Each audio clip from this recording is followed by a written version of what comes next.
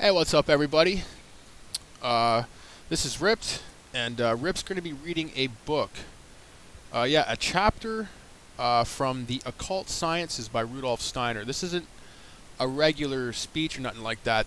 I'm going to try to read this chapter from this book because this chapter is really, really important to me, anyways. It is the cosmic evolution of man and the cosmos. And this is how it was spiritually formed. See, I have a book here called The Elegant Universe by Brian Greene, and that is the modern man's form of the material universe. So as we open up the chapters here of The Elegant Universe, the materialists'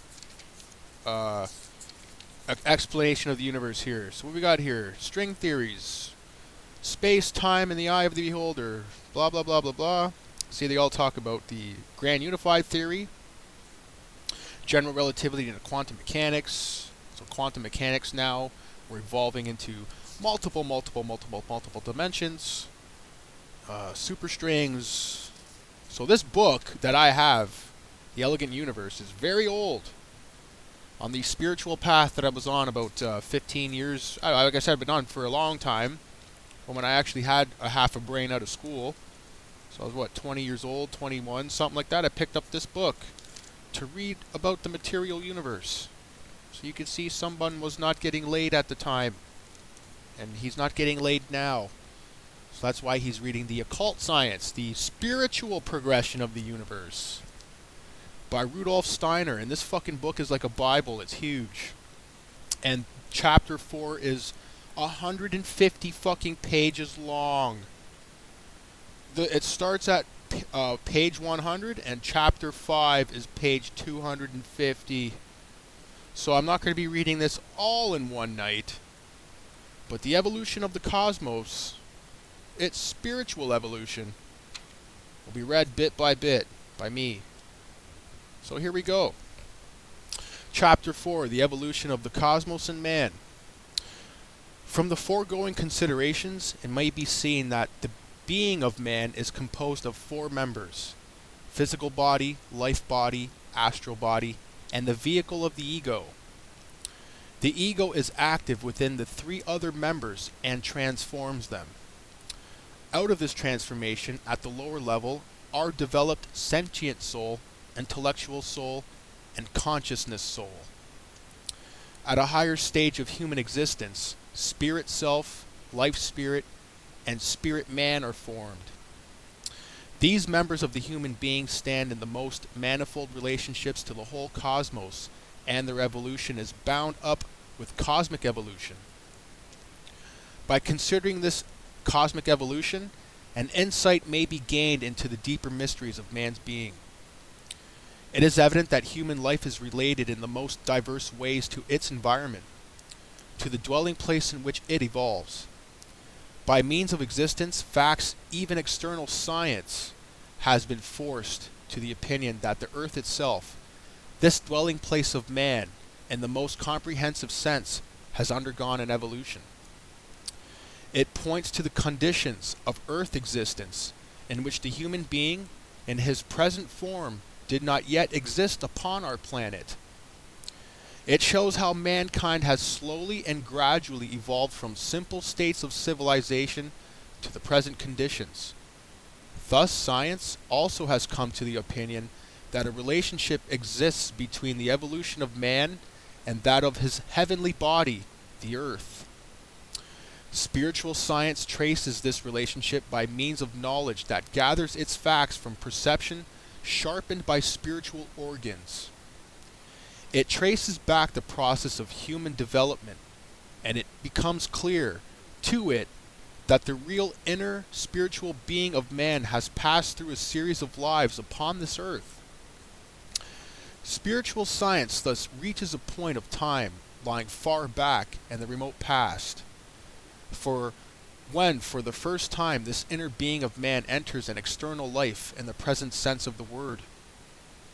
It was in this first earthly incarnation that the ego began to be active within the 3 bodies, the astral body, life body, and physical body. And it carried with it the fruits of this activity into the succeeding life. If one goes back and considers to the point of time in the manner indicated, one then becomes aware that the ego meets with the earth condition in which three bodies, physical body, life body, and astral body, are already developed and have already a certain connection. The ego unites for the first time with the being composed of these three bodies. From now on, it takes part in their evolution of the three bodies. Heretofore, these bodies developed without this human ego end up at the stage at which the ego came in touch with them. Spiritual science must go still further back in its research if it wishes to answer the following questions. How did these three bodies reach the stage of evolution at which they were able to receive an ego into themselves? And how did this ego come into existence and acquire the capacity to be active within these bodies? An answer to these questions is only possible if one traces out the development of the Earth planet itself in the sense of spiritual science. By means of such research, one arrives at the beginning of the Earth planet.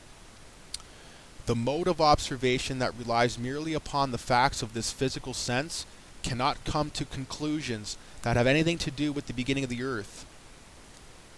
A certain point of view, which makes us of such final conclusions, decides that all earthly substance has been formed out of a primeval mist. It cannot be the task of this work to enter into these ideas because for spiritual research, it is a question of not merely considering the material processes of the Earth's evolution, but chiefly of taking into account the spiritual causes lying behind matter. If we have before us a man who raises his hand, this raising of the hand can suggest two different ways of considering the act.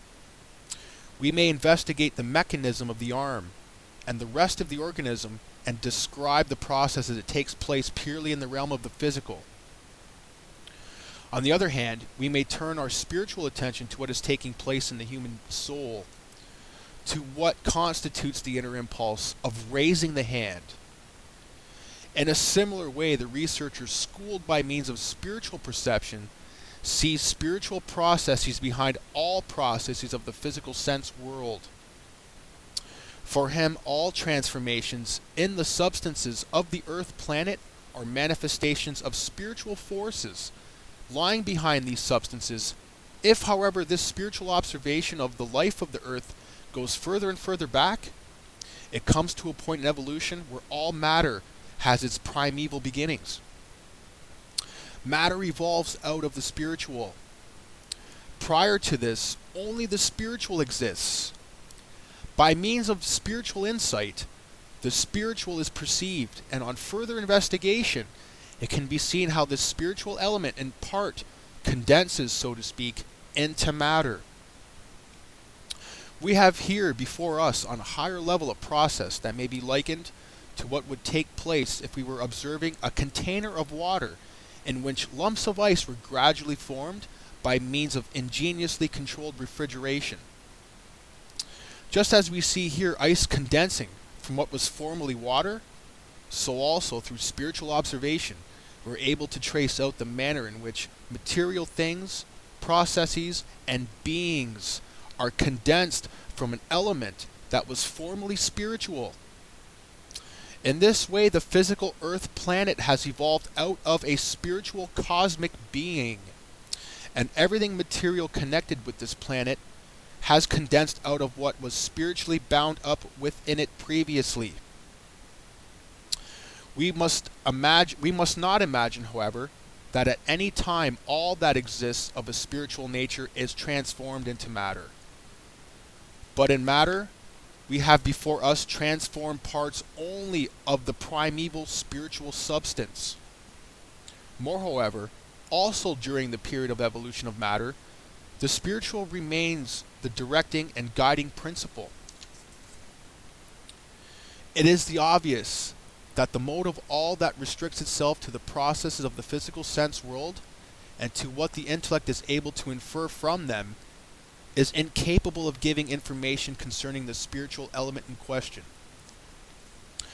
Let us imagine a being having only the sense that can perceive ice, not, however, the finer condition of water, out of which the ice is formed by means of refrigeration. For such a being, water would be non-existent, and only when parts of this water had been transformed into ice would the water be at all perceptible to it. Thus, the spiritual part lying behind the earth processes remained concealed to anyone who admits only that exist for the physical senses. If from the physical facts he observes now in the present, he forms a correct conclusion concerning earlier conditions of the earth planet, he merely arrives at the point in evolution where at a part of the preceding spiritual element condensed into matter. This method of observation perceives just as little of the preceding spiritual element as it does of the spiritual element that holds sway, also at the present time invisibly behind the world of matter.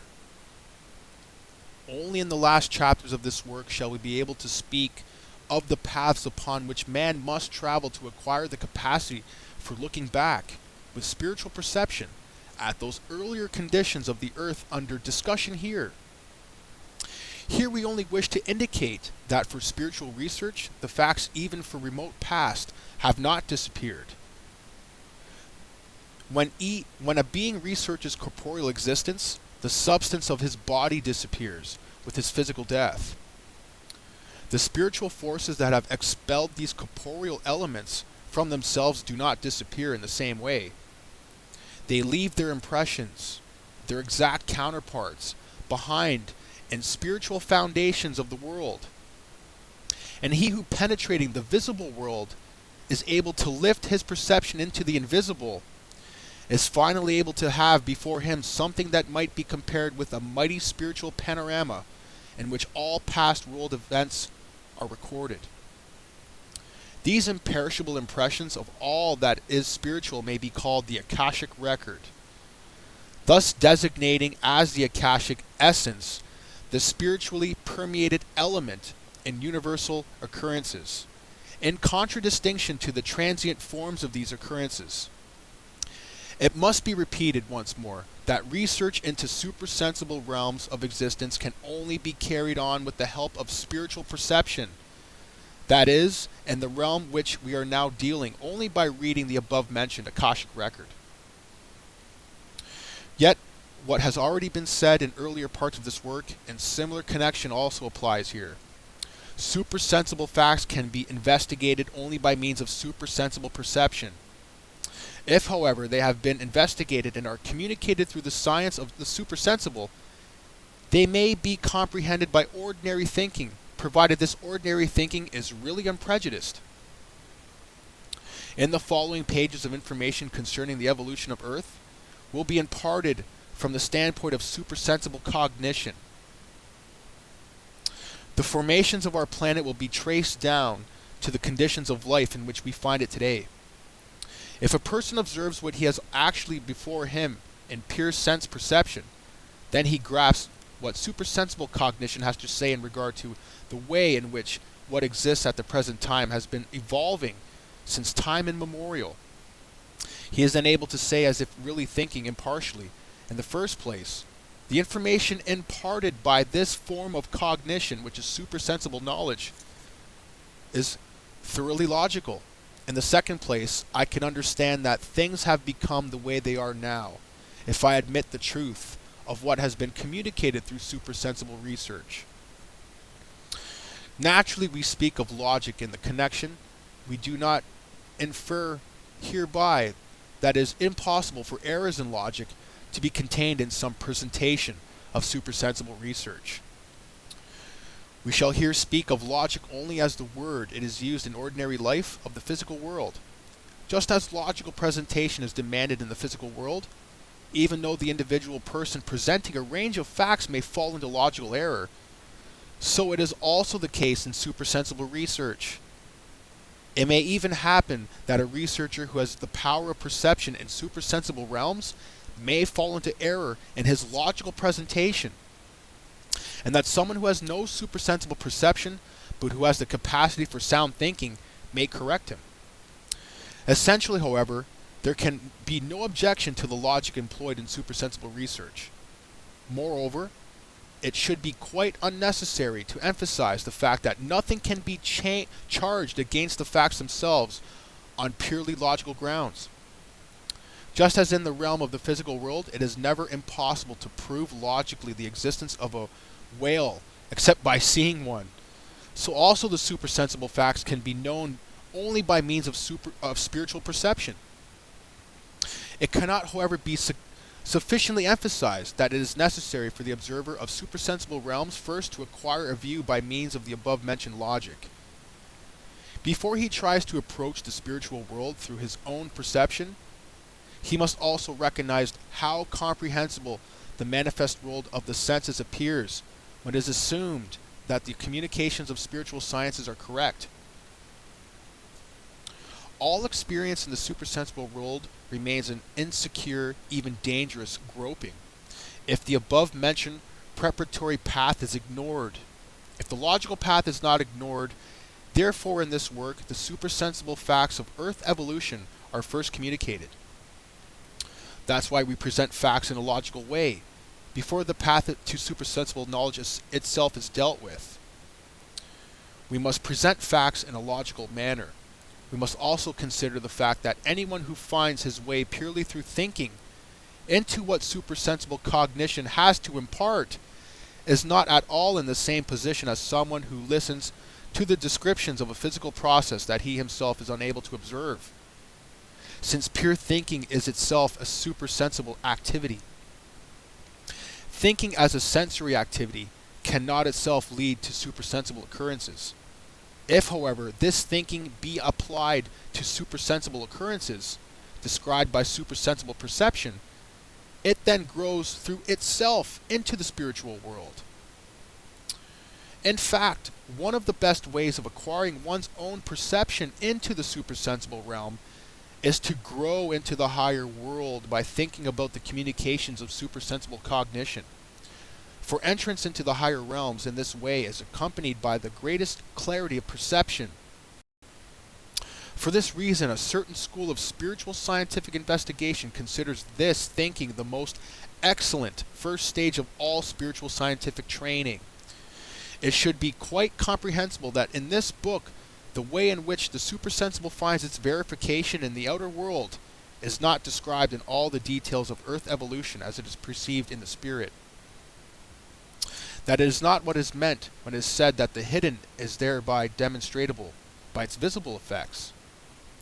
The idea is rather that whatever is encountered can become entirely clear and comprehensible to man. If the manifest processes are placed into the light afforded by spiritual science, not only in a few characteristic instances will the references be made in the following pages to a verification of the concealed by means of the manifest, in order to show how it can be done at any point in the course of practical life. If we trace back the evolution of the earth by means of spiritual scientific method of research mentioned above, we come to the spiritual state of our planet. If we continue further on our path of research, we find that this spiritual element previously existed in a sort of physical embodiment. We come upon a past physical planetary state that later became spiritualized, and then later still through repeated materialization became transformed into our Earth. Our Earth appears therefore as a reincarnation of an ancient planet. But spiritual science can go still further back and then discovers the whole process repeated twice more. Our Earth passed through 3 preceding planetary stages, and in between these there lie intermediate stages of spiritualization. The physical element appears ever more subtle the further back we trace the Earth's incarnations. One may ask, how can a sound judgment accept the existence of world stages so far back in the past, such as these that are spoken of here? This is the natural objection to the descriptions that are here to follow. We reply, this is that for anyone who is with understanding can see the present hidden spiritual element in what is revealed to the senses. An insight into earlier evolutionary states, however remote, is not impossible. Talking about such an evolution as we do here seems pointless, only to those who do not acknowledge this hidden spiritual element in the present. Those who do not acknowledge it find that our perception of the present stage, the earlier ones, are also contained, just as in our perception of a man of 50, the 1-year-old child is still contained. But you may say, in the later case, you have there before you, beside the man of 50, 1-year-old children and all the possible intermediate stages. That is true, but it is also true for the evolution of the spirit, as it is meant to be here. Whoever has come to an objective understanding in this field sees also that his comprehensive survey of the present, which includes the spiritual, the past evolutionary stages have really survived, alongside the perfective stages of present-day evolution. Just as alongside a man of 51, just as alongside a man of 50, 1-year-old children are present. Within earthly events of the present, the primeval happenings of the past may have been seen if we were but able to distinguish between the difference between successive stages of evolution. In the form in which he is evolving at a present, man appears for the first time during the 4th planetary incarnations, characterized above. The actual Earth itself. The essential nature of this form shows the human being to be composed of 4 members: the physical body, life body, astral body, and ego. Yet this form would not have been able to appear had it not been prepared through the preceding processes of evolution. This preparation took place because within the previous planetary incarnations, there were beings involved who already possessed 3 of the present 4 human members. These beings possessed the physical body, life body, and astral body. These beings, who in certain sense may be called our human ancestors, did not yet possess an ego, but they developed these 3 other members, their interrelationships, to the degree that made them mature enough to later on receive the ego. Thus, the human ancestor in the previous planetary incarnation received a certain stage of maturity in this 3 members. This state passed over into a spiritual one, and out of a new physical planetary state developed, that of Earth. Within Earth, the matured human ancestors were present, as it were, in a germinal state, because the entire planet had passed over into a spiritualized condition and had reappeared in a new form. It offered to the embryonic human entities contained within their physical life and astral bodies the opportunity not only of developing again to their previous level, but also the further possibility, after having attained this point, of reaching out beyond it through the perception of the ego. The Earth evolution, therefore, falls into 2 parts. In the first period, the Earth itself appears as a reincarnation of the previous planetary stage. This recapitulated sorry, I can't even pronounce that word. But this stage, however, stands at the higher level than that of the previous incarnation because of the intervening stage of spiritualization. The Earth now contains within itself the germinal nuclei of the human ancestor from the previous planet. These at first develop to their previous level. Then they have attained this point, the first period is concluded. But because of its own higher stage of evolution, the Earth can now develop the nuclei even further, namely by making them fit to receive the ego. The unfoldment of the ego within the physical life, the astral bodies, and the characteristics, and the second period of the Earth evolution. In this way, by means of evolution of the Earth, man is brought by a stage higher. This has also been the case in previous planetary incarnations. For even in the first these incarnations, some elements of the human being was present. Therefore, light is shed upon the human being of the present, of his evolution, is traced back in the distant past of the very first thing the planetary incarnations mentioned. In supersensible research, the first of these planetary incarnations may be called Saturn, and the second may be designated Sun, the third Moon, and the fourth Earth. It must be clearly understood, however, that these designations must not at outset be associated with the same names that are used for the members of our present solar system, Saturn, Sun, and the Moon, are to be the names for the bygone evolution, any forms through which the Earth has passed. Basically, he's saying that these names, Saturn, Sun, Moon, and Earth, are evolutionary stages of the Earth itself, and that the names have no relationship to the solar system bodies of Saturn, Sun, Earth, and Moon. That those are basically evolutionary stages of the Earth. Kind of like the seasons, the 4 seasons. Spring, summer, winter, and fall. Sun, Moon, Earth, and Saturn are evolutionary processes. The conditions of the 4 planetary incarnations mentioned can be described only in outline, because the processes and their beings and their destinies upon Saturn, Sun, and the Moon are truly as manifold as upon the Earth itself.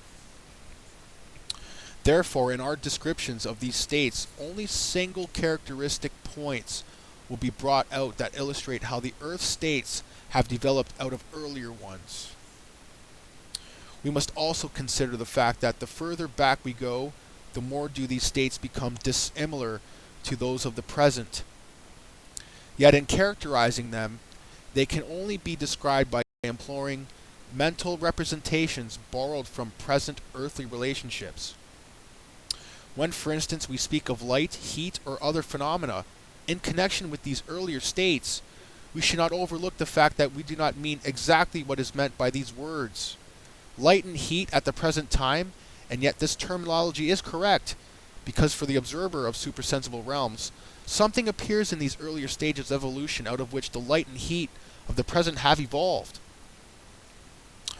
Those who follow the descriptions given here will be well able to gather, from the connection in which these things are placed, that mental pictures are to be made in order to have characteristic images and symbols for things that have occurred in distant and primeval past. To be sure, these difficulties become especially significant for the planetary conditions that precede the Moon incarnation. For during this latter period, conditions prevailed that still show a certain similarity to earthly conditions. He who attempts to describe these conditions has in this similarity to the present a certain stating point of expressing in clear mental pictures the supersensibility acquired perceptions. It is a different matter when the evolution of Saturn and Sun are to be described. What presents itself there to clairvoyant observation is very different from the objects and beings belonging to the present of the sphere of human life. And the dissimilarity makes it difficult to the highest degree to bring the ancient matters in question within the scope of supersensible consciousness. Since, however, the present being of man cannot be understood unless we go back as far as the Saturn state, the first state, the description must nevertheless be given. Surely such a description will not be misunderstood by the one who holds the existence of such difficulties in mind, and who remembers that much of what is said must of necessity be considered more in the light of an allusion and a reference the corresponding facts and the exact description of them. The contradistinction might be found between what is given here and in the following pages, and what is said on page 109, concerning the continuation of the past into the present. One might imagine that nowhere does there exist alongside the present Earth state a previous Saturn, Sun, and Moon state, or even a human form such as described in this exposition as having existed in 3 similar stages. It is true that Saturn human beings, sun and moon human beings do not move about side by side with earth human beings, in the same way as the 3-year-old children move about alongside a 50-year-old man and women. But within earthly human being, the previous states of humanity are supersensibly perceptible. In order to know this, we must have acquired the power of discrimination and extend it to include the full scope of the conditions of life. The 3-year-old child exists alongside the 50-year-old man. Similarly, the corpse, the sleeping, and the dreaming human being exist alongside the living, waking earth man. Although these various forms of existence of the being of man, as they are at present, do not directly correspond to the various stages of evolution, nevertheless, a genuine perception sees as such forms, manifestation, these various evolutionary stages. And that is one subsection of that chapter. And that's all I've got the power to do. My goodness, that was quite the read. So let's kind of sum that up here, because that was huge. So basically, with spiritual perception, see, Rudolph Steiner and a whole bunch of occult guys from way back in the early 1900s came up with the Order of the Golden Dawn. And they collected a whole bunch of spiritual knowledge from all around the globe, all throughout time. Rudolf Steiner is basically you could say the Albert Einstein of spirituality. And he claims that he had this spiritual perception, or clairvoyance. And using clairvoyance, using his spiritual perception, he's able to see into the spiritual world, or see into spiritual realities. So again, he's claiming that science, no different from science, that there was a something before nothing, and then there was a big bang. Basically here, there's a spiritual substance, a primordial old spiritual substance which formed material matter. And you could liken that idea to basically kind of like water forming into ice. There's a substance that gradually formed matter, but it is a spiritual substance. And not only that, it's a spiritual being. They said the earth was evolved out of a cosmic being, and it went through 4 evolutionary stages of development called Saturn, Earth, Sun, and Moon. So hopefully it'll talk more about the development of those. So basically, here's what it is. Within the human being, he states that all of our processes are still within us. Even though I'm 30 years old, the 3-year-old within me is still present. But we grow out of these stages of evolution within ourselves. Just like we go through puberty, into maturity, into adulthood. But these previous stages of existence are still within us.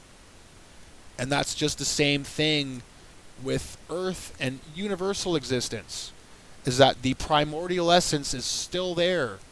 That's why man was able to discern the Big Bang, because they found the primordial light, and it's X billion light years away. They found the origin, apparently the origin of light, the first light inception of the universe, which is how they discerned the Big Bang theory. And you could say that's a leftover spiritual signature, because all things came from the invisible, all things came from the spirit, and this leftover spiritual residue is what created the physical universe. So it gets into creation a little bit here. It goes more into the principle of God itself as well, and what I'm talking about in the other lessons, that God is spirit, and God had no creation of the physical universe itself. It was another substance like God, a spiritual substance. Again, it was probably, well, he'll allude into how creation appeared out of the spiritual. In the later chapter, it's not a later chapter, but this is just just a subchapter. So again, what I summarized was that the evolution of the Earth is wrapped up in spiritual consciousness, and it incarnated itself. That's what he says. That the Earth has been through several stages of evolution, and there are periods of incarnations. So that's basically the first video of the occult science and chapter 4, and I'll try to read more of that later on because man, that was quite the read. But thank you guys for tuning in. Take care, everybody.